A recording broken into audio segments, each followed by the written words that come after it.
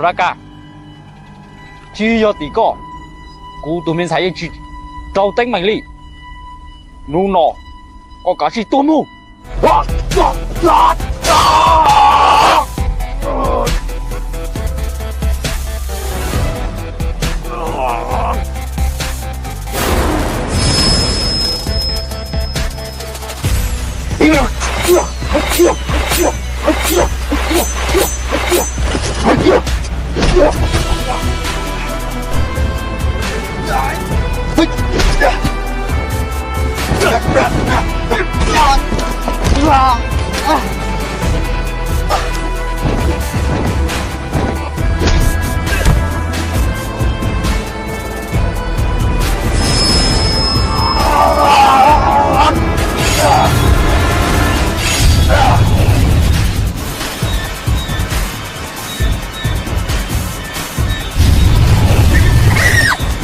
Minh Thái,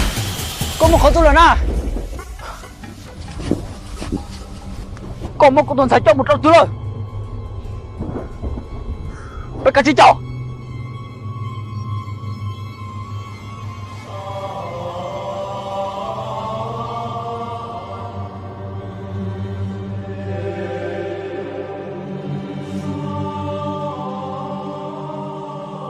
Tôi nu nhau cái lo cho ta nó cứ mua cái cá xe cá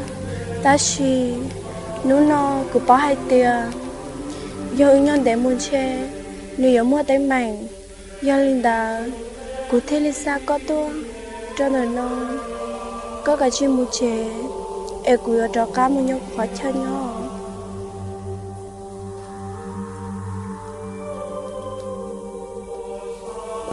có em in nhiều đồ sư giờ cô hay lo giờ có bùi nó